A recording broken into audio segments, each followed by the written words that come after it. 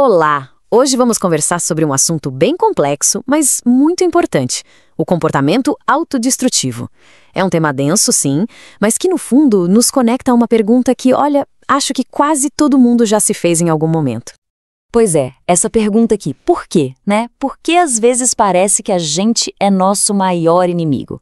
A gente trabalha duro para construir algo legal e, de repente, é a própria pessoa que vai lá e coloca uma pedra no caminho. É esse quebra-cabeça, esse paradoxo da mente humana que a gente vai tentar entender melhor hoje. Então, vamos lá. Para a gente começar a desembrulhar essa ideia, temos que partir do básico, né? O que é, afinal de contas, essa tal de autodestruição? Bom, a definição mais formal, digamos, é essa aí. É qualquer comportamento que faz mal pra gente ou que pode fazer mal. E a palavra-chave aqui é qualquer, porque isso abre um leque de possibilidades muito maior do que a gente costuma imaginar. E é super importante enxergar isso como uma escala, sabe? Um espectro. Pensa numa régua. De um lado, tem os hábitos bem sutis, coisas do dia a dia que mal se percebe. E lá na outra ponta, o dano mais explícito, mais grave. Não é um botão de liga e desliga, é uma gradação de ações. E olha, uma coisa importante. Esse tipo de comportamento não costuma surgir do nada, sabe? Muitas vezes, ele está ligado a outras condições, como TDAH, o transtorno de personalidade borderline ou a esquizofrenia. Isso já nos dá algumas pistas de que a coisa é bem mais complexa do que parece na superfície. Beleza, já temos uma definição. Mas e na prática? Como é que isso aparece no dia a dia? As formas, nossa, são incrivelmente variadas. E aqui dá para ver bem essa dimensão. De um lado, tem o que a gente pode chamar de sabotagem sutil. Aquela coisa mais quieta, sabe? Tipo, afastar pessoas de quem se gosta, procrastinar em projetos importantes, encontrar maneiras de minar o próprio sucesso.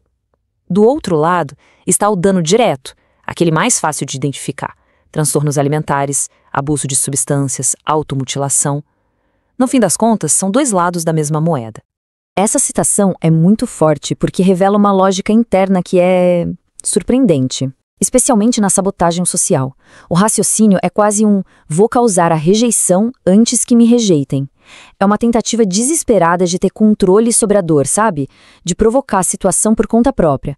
É uma estratégia de defesa, ainda que muito dolorosa. E isso nos leva ao coração da questão. No fundo, o que se vê é uma dificuldade imensa de lidar com o estresse, com a dor, com a ansiedade. Quando faltam ferramentas saudáveis para gerenciar essa pressão toda, a autodestruição pode surgir como uma trágica válvula de escape. Ok, mas de onde vem essa dificuldade toda? Para entender isso, a gente precisa olhar um pouco mais para trás, para as raízes psicológicas desse comportamento. E essa busca pelas raízes, olha, não é de hoje não. Pensa só, lá no final do século XIX, Freud e um colega dele, Ferenczi, já estavam ligando os pontos entre traumas na infância e atos autodestrutivos. E hoje, mais de um século depois, essa conexão é um pilar. O trauma infantil, seja por abuso ou negligência, é visto como uma das suas principais origens. As primeiras teorias de Freud mergulharam bem fundo na psique. Ele falava sobre o poder da culpa. Imagina uma criança que se sente de alguma forma responsável pela doença de um dos pais e acaba se punindo por isso. Ou a agressão, que quando não pode ser direcionada para fora contra quem causa o sofrimento, acaba se voltando para dentro. E essa hipótese de Freud e Ferenczi é simplesmente fascinante. A ideia de que o sofrimento vem não só da memória de um trauma, mas da fantasia proibida. Em outras palavras, o simples fato de uma ação ser considerada tabu ou errada pode paradoxalmente alimentar um impulso ainda mais forte de realizá-la. É uma tensão interna poderosíssima. Entender o problema, suas formas e suas raízes é fundamental. Mas a grande questão é, existe uma saída?